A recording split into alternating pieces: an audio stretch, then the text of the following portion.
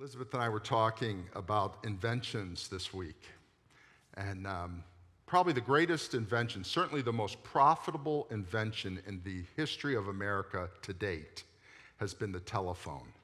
The patent that Alexander Graham Bell got was the most profitable patent in the 1870s or so, ever gotten.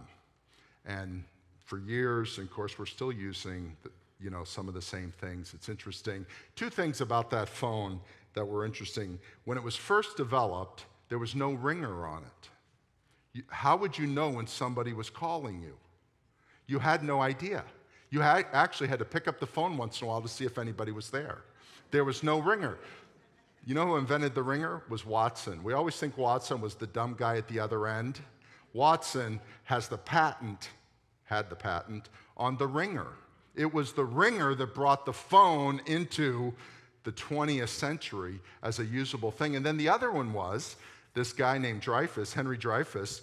Remember the old phones, if you see old movies, the old phone was kind of a candlestick and it had a thing they pulled off and you yelled into it but listened here and the wire was here, right? And you had to kind of hold the candlestick up to so you could talk and hear. Well, he changed the whole ergonomics of phones to make it a very short base with the receiver and the speaker on the same unit. Now, it's interesting, you young people don't know this, but that was the same unit we used from like 1917 until about 20 years ago.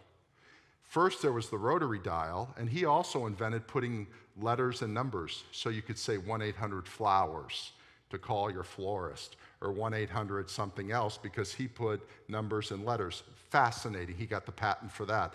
All that was brought together. But the number one guy that made telephones profitable was one guy probably nobody's ever heard of. His name was Gardner Hubbard. Gardner Hubbard was the father-in-law of Bell. When Bell got the patent, everybody came after him because they all knew it was going to be profitable. And he had 600 and change lawsuits against him for the patent. 600 lawsuits saying, I invented it. This is my patent. Gardner Hubbard was a lawyer. He defended over the next 30 years, 600 attempts to change the phone. And he won every single one of them.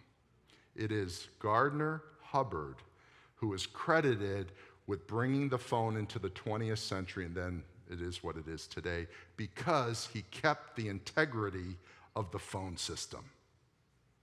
Everybody wanted it. Why? Because they took it. And as I was reading that this week, I thought that is what people want to do to the truth of the Bible. It is so true, they want to take it and make it something for themselves. They want to steal it and turn it into something else. And you and I need to be the Gardner Hubbards. We need to say the truth of the Bible stands by itself. And its success is on itself. It is not on perverting it into something else or perverting it into something over here, but it stands on its own. John told this young church down the coast to stand on the Bible, to walk in love, walk in truth, and watch, because people don't want you to walk in love and walk in truth, and they don't want you to walk in Christ's teaching. And that is cross-cultural from the first century to the 21st century. We have the same issues today, don't we?